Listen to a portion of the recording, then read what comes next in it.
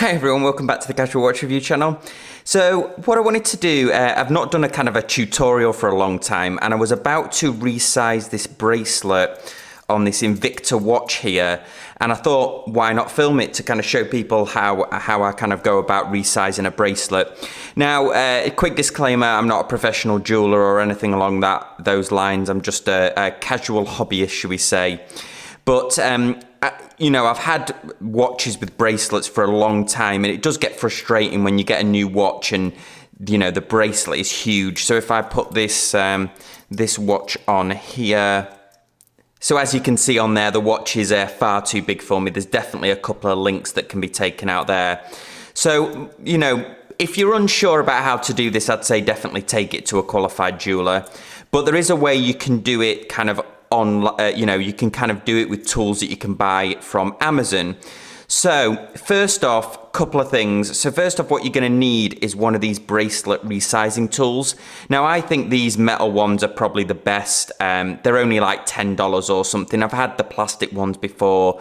I did a video a while ago which turned out to be a bit of a disaster because I kind of broke all the tools in the end. So I'm going to try this one today. So you'll need that. You may also need a spring bar tool as well. That's for if you want to actually take the bracelet off the watch whilst you're resizing it. So you can pick these up. You know, usually you get them free with watch straps as well. They do break quite easily, so you can buy more high quality ones. And you might also need a screwdriver as well, so we'll leave that there. So before I start, what we're going to look at here is how to remove a strap with push pins. So how do we know? So one of the easy ways to tell is to actually look on the side here, and you can see the push pins, but this can be deceptive actually because that does look like a little screw. So you might be confused as to whether it's a push pin or whether it's a screw. So one of the kind of rules of thumb here is that typically a lower end watch, so like this Invicta, will have push pins, whereas a higher end watch like this Rolex will normally have screws, and the screws are normally always flush with the bracelet. So that's one way that you can tell on there as well. Also, there is definitely a gap big enough to put a screwdriver in as well, so that's a telltale sign.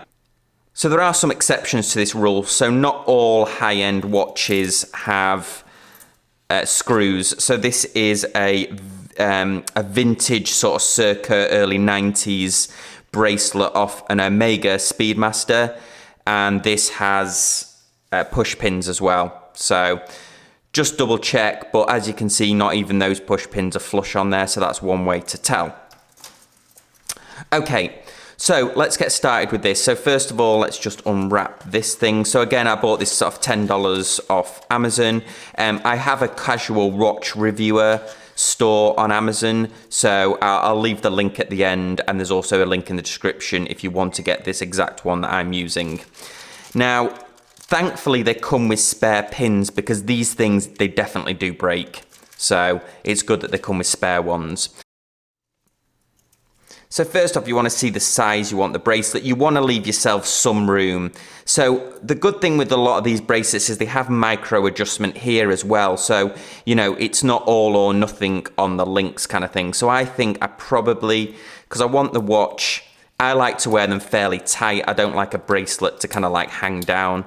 So looking at this, I'm probably going to need to remove, I think, at least one link, maybe two links this side, and then one link maybe this side. Okay, so what I'm going to start to do is I'm going to remove kind of one link here, one link this side, and then I'll kind of do trial and error, and then I might use the micro adjustment here to kind of do the rest. So we'll take this off. So how this works is you've kind of got like a riser here, and then you've got this. So this is actually the thing that's going to apply the force to the pin. So what you want to do is you want to lay it out there, and then you want to line this up with the pins on your watch. So what you've got to be careful of is that you're pushing on the side that doesn't have the split in the pin. So sometimes when you push the pins through, there's a collar as well. So just be careful of that. I'm not expecting this watch to have it, but sometimes there's like a small tube, like a collar that goes on the pins to further secure it. But they're usually secured on friction, whereas obviously the screw ones are secured by a screw. So let's start by taking a link off this side.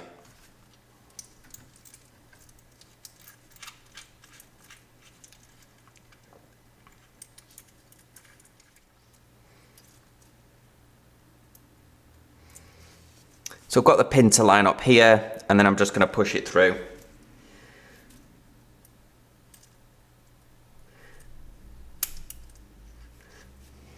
So there we go. So that's one pin out, and so that's the one pin out, and then you can see that obviously there's like a friction. One of the interesting things here is it's got arrows as well to show you which way to push it.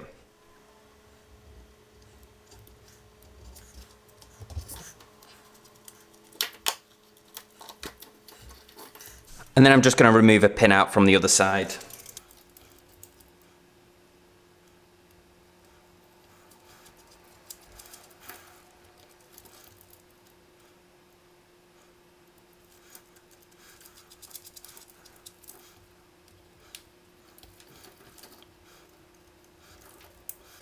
Okay, and then what I'm going to do is I'm going to push, so I've just pushed those back together, and then I'm going to push the pin back through. You've got to be very careful with these because they can easily bend.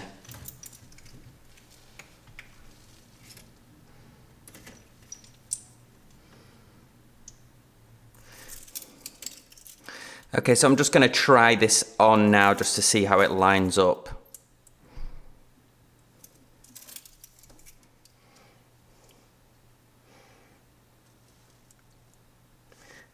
Yeah, I think I still need to pull another pin out of that.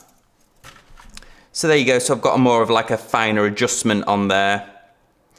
So I took another link out, left me in itself enough room, so quite easy to do.